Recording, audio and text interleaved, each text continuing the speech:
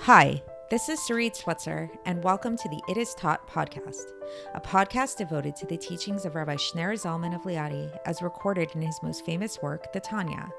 My hope for this show is to make these teachings accessible and relatable to the average person, regardless of prior Jewish education or affiliation. The episodes follow the prescribed daily study portions and are meant to serve as practical lessons in how to live your life as your true self and develop an authentic and powerful relationship with your Creator. I have personally experienced the effects the study of this work has had on me, and I'm excited to share what I can of this knowledge with you. So please join me on this journey of learning, self-growth, and connection with your source.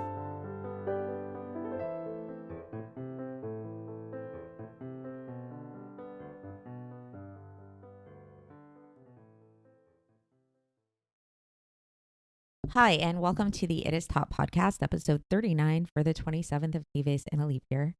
And today we're going to be continuing in chapter 14. And we spoke yesterday about this idea that we all have this ability to control ourselves and to control our behavior and to have this sense of self-rulership about how we present ourselves to the world. Today, we're going to go on the inside, and we're going to talk about how while we may be able to control our behaviors, whether we're talking about thought, speech, or action, this is not true of our innate impulses, our emotions. And that's okay. So this might sound kind of maybe a little bit depressing or discouraging in a way that, okay, so the Alter Rebbe has taught us that we can change our behaviors. We can be in control of our thoughts, our speech, and our action. But what we're going to learn today is we can't really control our insides. We can't control our emotions, our impulses. Those feelings that we have, those cravings we have, they most likely will always be there for our entire lives. But but while this might sound discouraging, I think there's another way to look at this, which is that it actually makes it a lot more attainable. And it actually, the Alter Rebbe is telling us, he's giving us a really clear guideline as to what things we should be worried about transforming and working on and are attainable to us, and those things which are not, and that we don't actually have the responsibility to change. So we don't have the responsibility, nor do we have the capacity to change our initial impulses, to change our initial cravings that we have for things. If you like chocolate ice cream, you can't change that. You may always like chocolate ice cream to a crazy extent, to the point that, it makes you go really nuts when you see, a thing of chocolate ice cream. But what you do have the ability to do is to stop yourself from eating the entire carton of ice cream. And so we'll learn how in today's text, there are certain individuals that do have this capacity to really have their hearts love God in this really kind of real and authentic way. But for most people, this is actually a gift that comes from God. And for most people, this is unattainable. So let's get into the text. So in the text, the Alter Rebbe ends off where last time he ended with talking about how every person has this ability to overcome their foolish impulses and to control their action, whether we're talking about thought, speech, or action.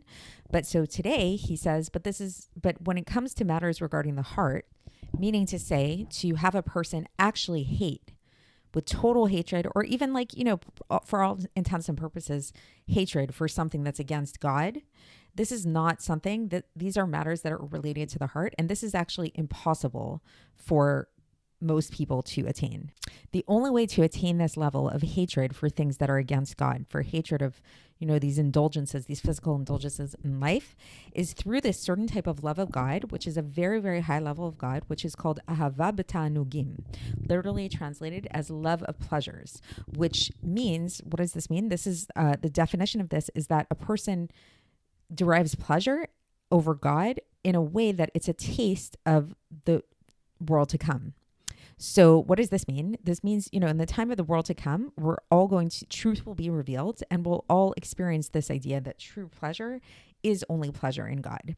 And so obviously we're not in that state right now. So we're not living in that state, but this type of very, very profound love of God, this love of pleasures, which is called ahava b'ta'anugim, can give a person a taste of this pleasure that they'll experience in the world to come.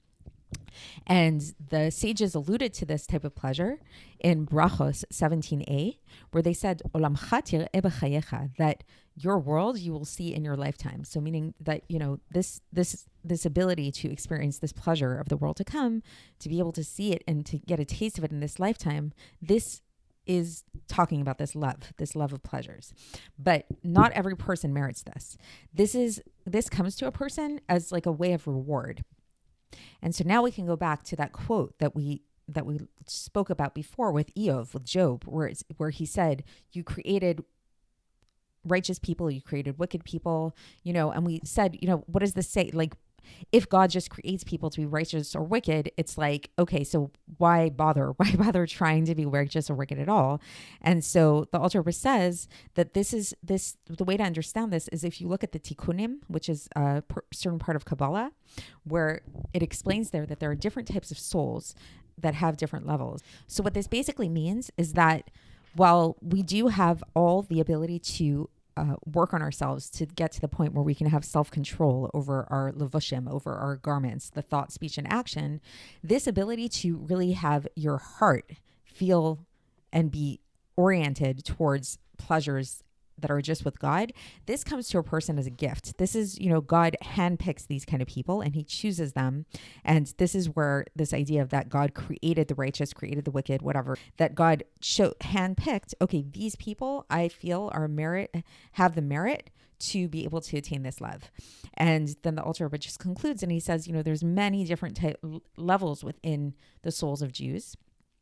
For example, there's Hasidim, which is translated to mean very pious men. There's Giborim, which are very strong men, which in this case alludes to the fact that they have the strength to overcome their impulses.